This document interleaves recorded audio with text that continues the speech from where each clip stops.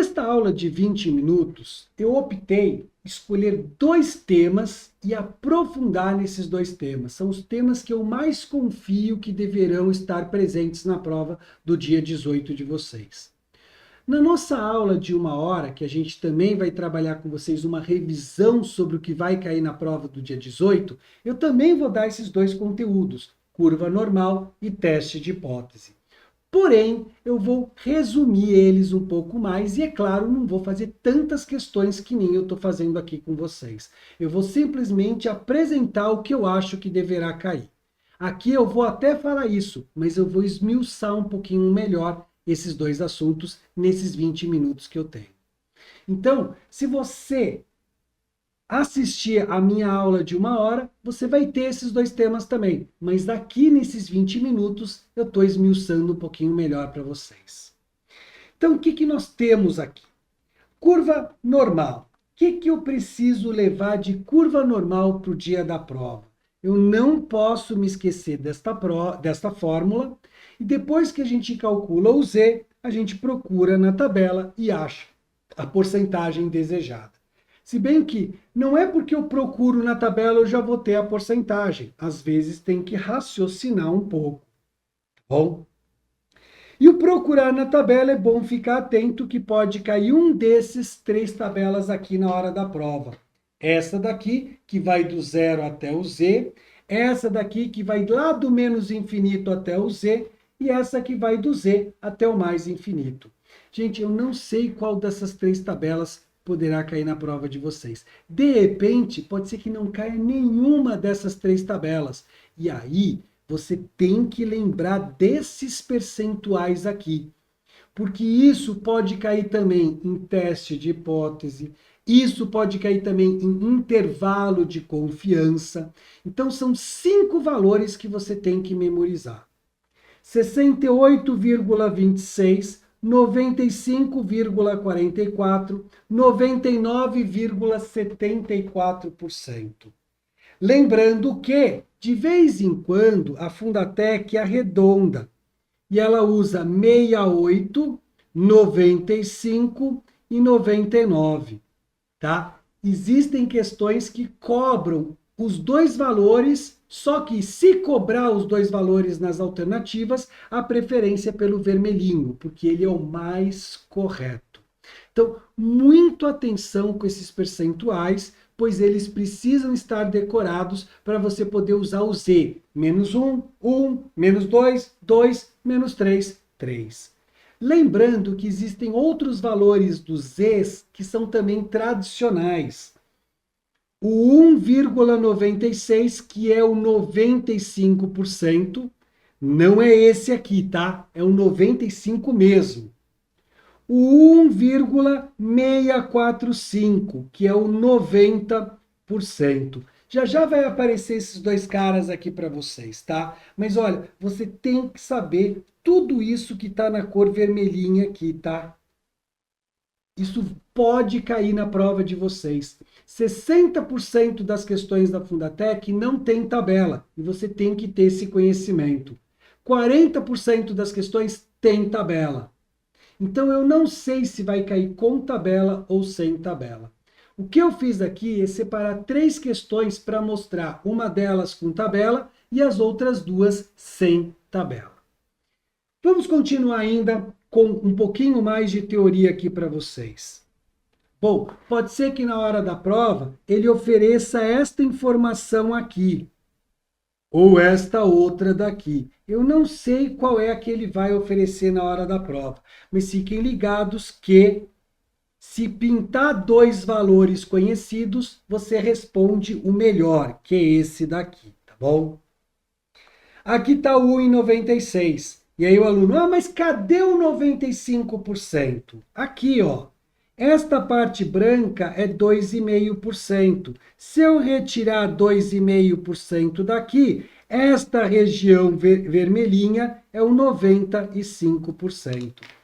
É que eu não sei se vai cair como 97,5% ou 95%. 95% é a parte intermediária do gráfico. 97,5% vai do 1,96 até o menos infinito. A mesma coisa com o 645. Mas, Sérgio, cadê o 90%? Aqui, ó.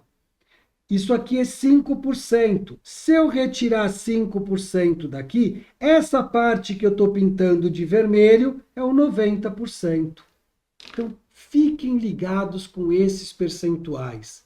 99,74%, que é o 3 menos 3. 95,44%, que é o menos 2,2. 95%, que é o 1,96 menos 1,96. 90%, que é o 1645 ou menos 1645, e o 68,26, que é o menos 1 e 1. Gente, a banca pede para você memorizar isso em questões que eu já vi de provas de concurso. Fiquem ligados com isso.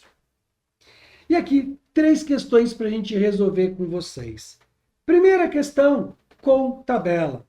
Fiquem atentos ao título da tabela para saber interpretar o gráfico que ele está dando, que vai do 0 até o Z. Então, a nossa tabela dá esta região aqui, do 0 até o Z. Vamos ler o enunciado dessa questão. O termo valet parking é utilizado para designar o serviço prestado por manobristas que guiam o carro do cliente que chegou no estacionamento até uma vaga apropriada. Sabe-se que as comissões semanais desses profissionais são distribuídas normalmente em torno da média 500 e variância 1.600. Gente, eu não uso variância aqui, eu uso desvio padrão. Desvio padrão é a raiz quadrada da variância. Saber calcular a raiz quadrada, gente, é importante nas provas da Fundatec. Raiz quadrada de 1.600, 40. Qual a probabilidade de um valet ter uma comissão entre 490 e 520? Vamos montar aí a curva normal. Aqui o 500, aqui o 490 e aqui o 520. Gente, eu quero isso aqui. Preciso padronizar o 490 e preciso padronizar o 520. Subtrai a média, divide pelo desvio padrão. Subtrai a média, divide pelo desvio padrão. Menos 10 dividido por 40, eis o score Z. Eis a padronização.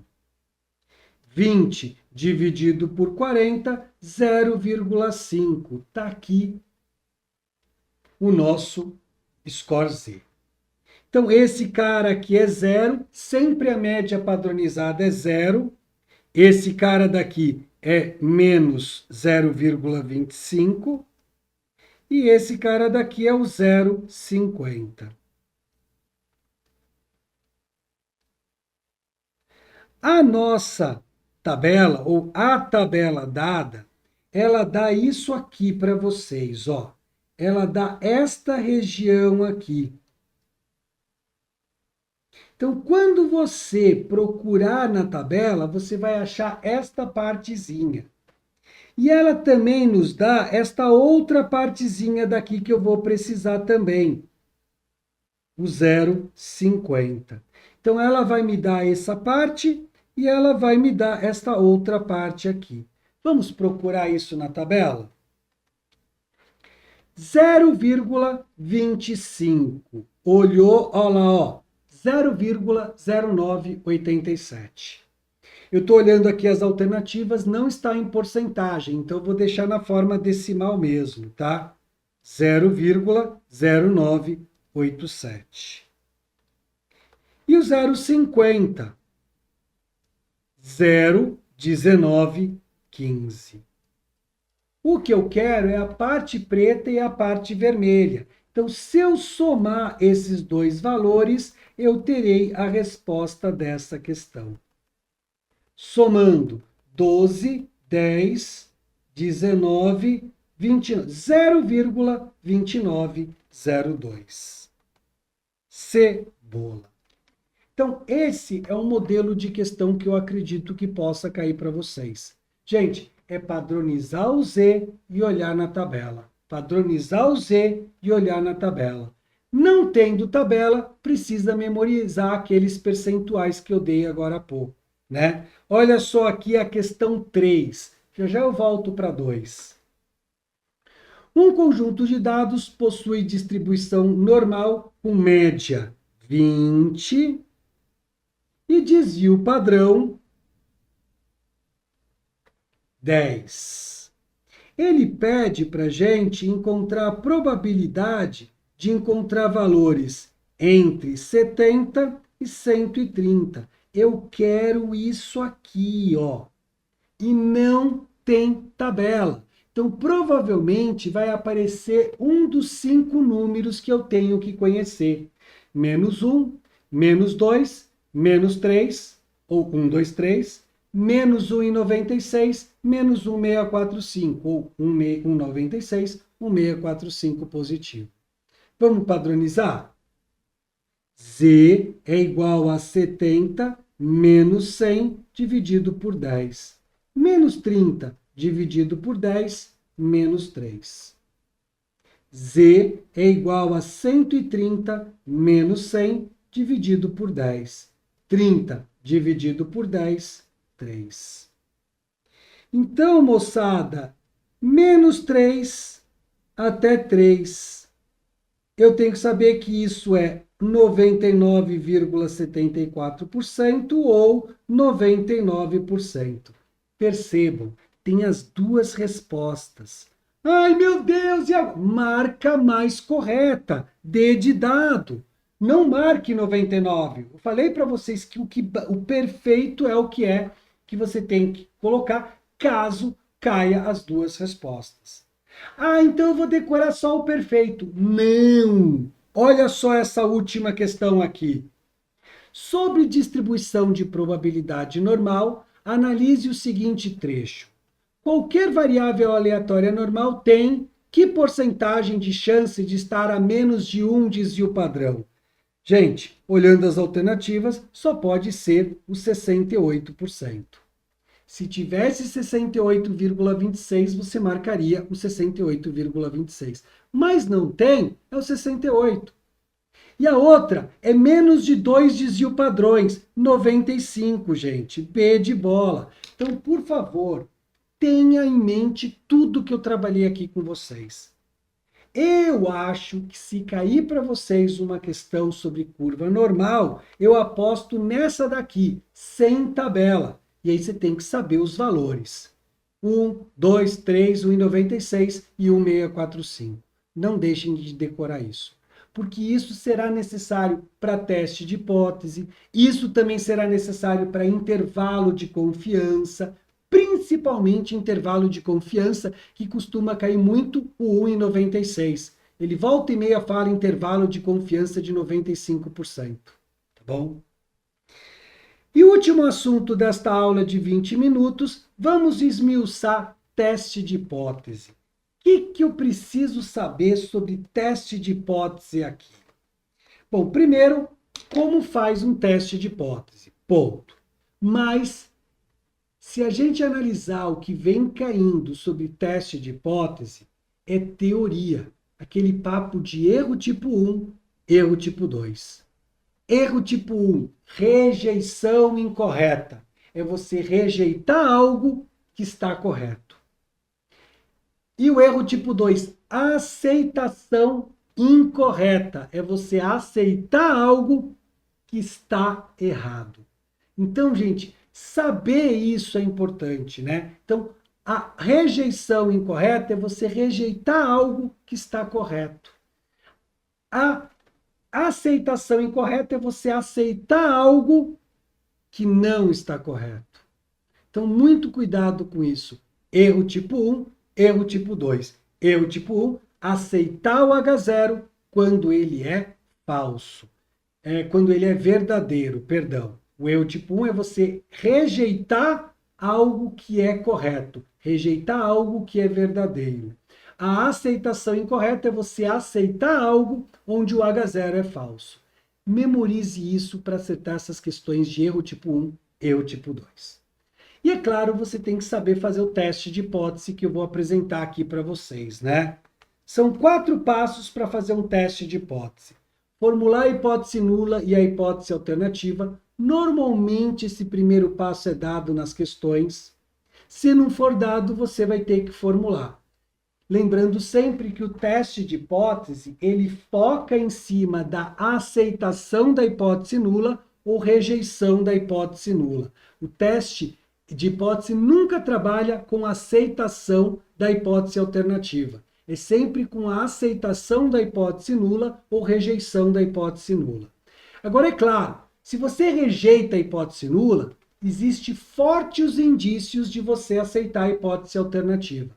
Não significa que você vai aceitar a hipótese alternativa, tá? Há fortes indícios de aceitar a hipótese alternativa. Isso é uma teoria sobre teste de hipótese que você tem que levar para a prova. Passo 2. Determinar o tipo de teste que você vai realizar. O tipo de teste depende da hipótese alternativa. Então, por isso que normalmente a hipótese nula e a alternativa são dadas. Porque se a hipótese alternativa for maior, você vai usar o teste unilateral à direita. Se for menor, unilateral à esquerda. Se for diferente, o bilateral.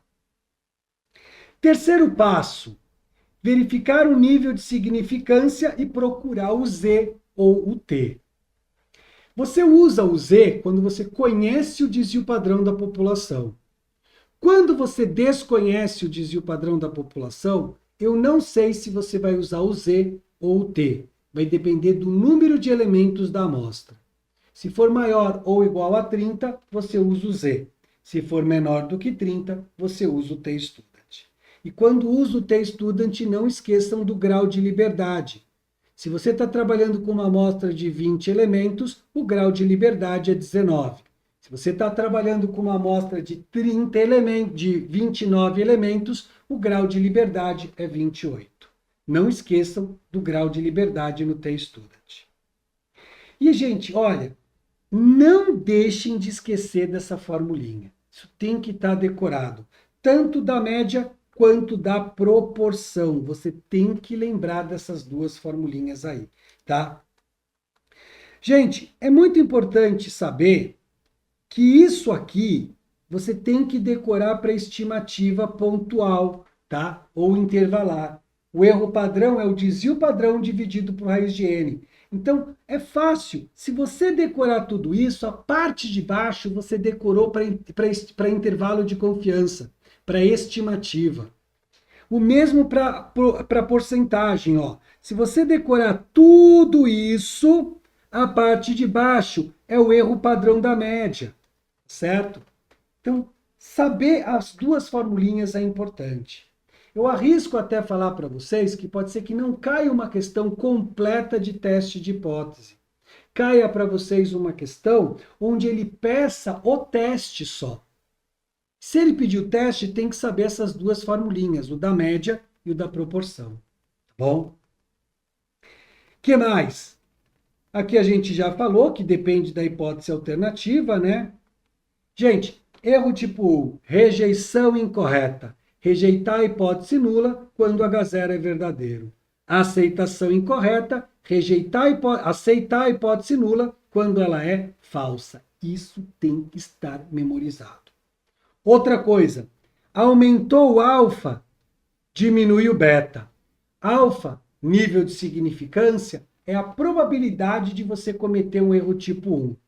Beta é a probabilidade de cometer um erro tipo 2. Então, quando você aumenta o alfa, você diminui o beta. Quando você diminui o alfa, você aumenta o beta.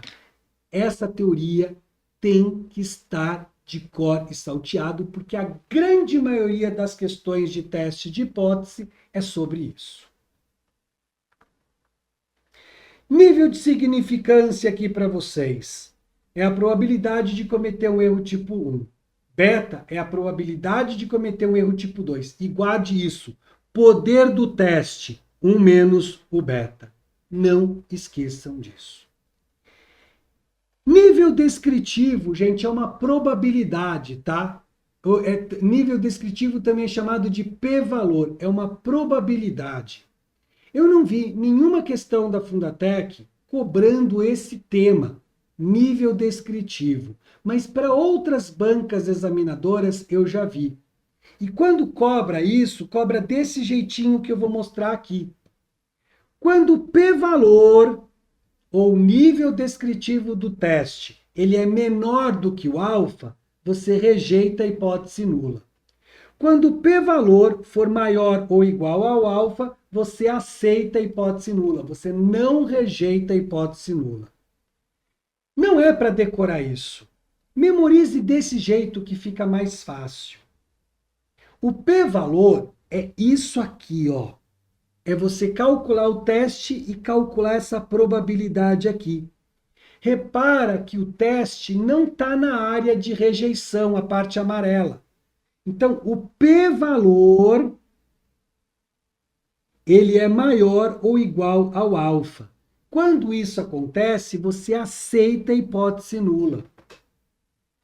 Agora, olha só aqui está o p-valor, que é a probabilidade do teste. O p-valor é a probabilidade do teste. Repara que o p-valor, ele é menor do que o alfa. Quando o p-valor, quando o teste está na área de rejeição, você rejeita a hipótese nula. Então, se você lembrar desses dois gráficos, você não tem que decorar essa teoria daqui. Ela é intuitiva. Tá certo? É desse jeitinho aqui. E aí fica muito mais fácil de decorar isso se cair na prova de vocês. Tá bom? Já falamos que a probabilidade do erro tipo 1 é o alfa, nível de significância, e o erro tipo 2 é o beta. Vamos finalizar a nossa brincadeira com continhas aqui, ou melhor, com questões da Fundatec, porque não tem continha aqui, é teoria pura. Vamos lá? Primeiro, alfa é erro tipo 1. E o erro tipo 1, o que é? É você rejeitar a hipótese nula quando ela é verdadeira. Nossa, bastante erro aqui na letra A, hein? E a letra B já está errada. B. B é o erro tipo 2. O que é o erro tipo 2? O erro tipo 2 é você aceitar a hipótese nula, é você não rejeitar a hipótese nula, só que, gente, ela é falsa. Tá aqui. Então aqui está tudo errado. É não rejeitar quando H0 é falso. E 1 menos beta não é nenhum tipo de erro, tá? 1 menos beta é o poder do teste. Isso é o que eu acho que deve cair de teste de hipótese. Esse papo teórico aqui de erro tipo 1, erro tipo 2. Gente, aquele que é o poder do teste, 1 menos beta. Acabou a questão. Só isso. Acho que essa é a minha última questão. Não, tem mais uma aqui. Gente, essa questão aqui é muito boa, porque ela mostra para você quem é o poder do teste, quem é o alfa, quem é o beta nessa tabela. Acompanhe comigo. Rejeitar o H0 quando ele é verdadeiro. Isso aqui é um erro. Se você rejeita ele e ele é verdadeiro, isso é um erro. Esse é o erro tipo 1, é o alfa. Olha só isso aqui. Aceitar o H0, só que ele é falso. Isso é um erro. Você está aceitando alguma coisa que é falsa. Esse é o beta. Quem é o poder do teste? O poder do teste é a probabilidade de você rejeitar o H0 quando ele efetivamente é falso. Isso é o poder do teste. É rejeitar o H0 e você tem certeza que ele está errado. Esse é o poder do teste. E o menos alfa é o que a gente chama de nível de confiança. É você aceitar o H0 quando ele é verdadeiro. Isso é uma confiança, é uma probabilidade de confiança. Chama-se 1 menos alfa. E onde eu tenho isso? Na letra D de dado aqui para vocês. E a última questão, gente, ele está falando aqui. Ó, eu estou reduzindo o alfa. Quando você reduz o alfa, você aumenta o beta. Acabou a questão. Vamos olhar? O alfa irá aumentar. Não, gente, ele vai diminuir. Se o alfa diminui, o beta aumenta. Então, vai existir mudanças no erro tipo 2. Ele vai aumentar. Ah, não, ele está querendo o poder do teste. Gente, o poder do teste é 1 menos beta. Se o beta aumenta, o poder do teste diminui. Letra E aqui pra gente. Então, moçadinha, tá aqui esses 20 minutinhos onde a gente esmiuçou um pouquinho mais do que na revisão que eu vou dar para vocês de 1 hora sobre para a Polícia Civil do Paraná. Eu esmiucei nesses 20 minutos o que você não pode errar se cair na sua prova no dia 18. Nós vamos ficando por aqui. Abraço forte a todos e, gente, muito sucesso no dia 18. Tchau!